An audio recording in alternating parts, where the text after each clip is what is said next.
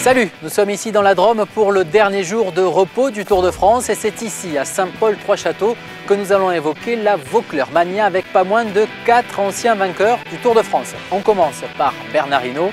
Pour le blaireau, Thomas Vaucler est devenu le patron de ce Tour de France.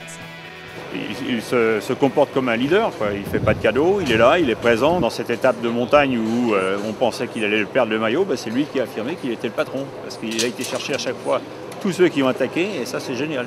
Il n'y en a pas un qui est sorti en disant c'est moi le patron. À l'occasion, ce serait presque Vaucler qui aura montré qu'il était le patron.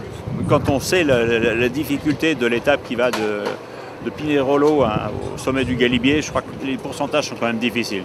C'est quand même beaucoup plus difficile. Il y a en plus une ascension, le col Daniel qui dure 20 km avec des pourcentages entre 12 et 14%.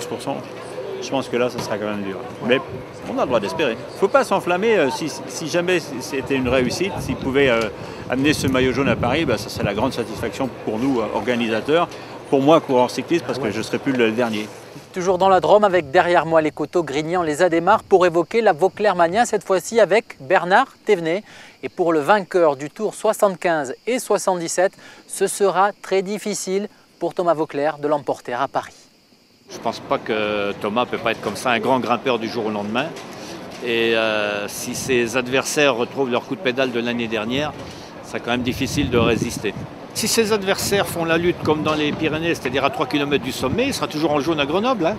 Mais je pense que la lutte va être beaucoup plus intense parce qu'il y a quelqu'un quand même qui est très jeune là-dedans, c'est Cadel Evans.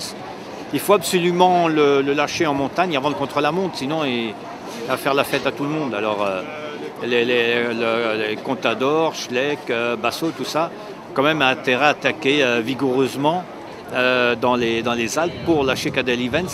Par la même occasion, j'ai bien peur qu'il lâche Thomas Vaucler. On ne peut pas dire avec certitude quel est le plus fort. Vu ce qui s'est passé, on ne peut même pas dire qui cache son jeu, parce qu'il y en a sûrement qui cassent leur jeu là-dedans.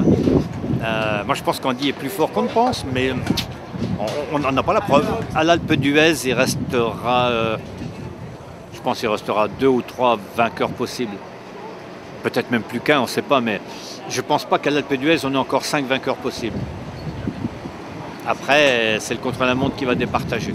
Et on termine cette évocation du maillot jaune avec Alberto Contador. Et juste derrière moi, vous le voyez peut-être, le Mont Ventoux. Alors l'Espagnol ne veut surtout pas parjurer l'avenir.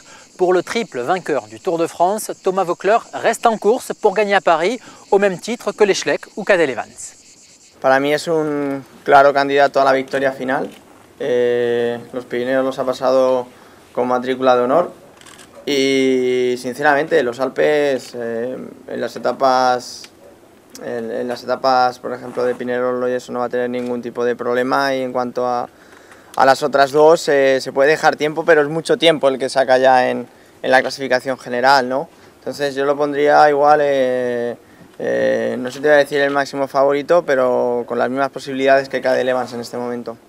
Allez, rendez-vous mardi pour la 16e étape du Tour de France à Gap. Et on termine avec Bjarne Riis, vainqueur du Tour en 96 et manager d'Alberto Contador.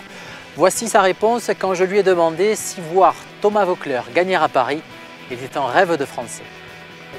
C'est un bel rêve.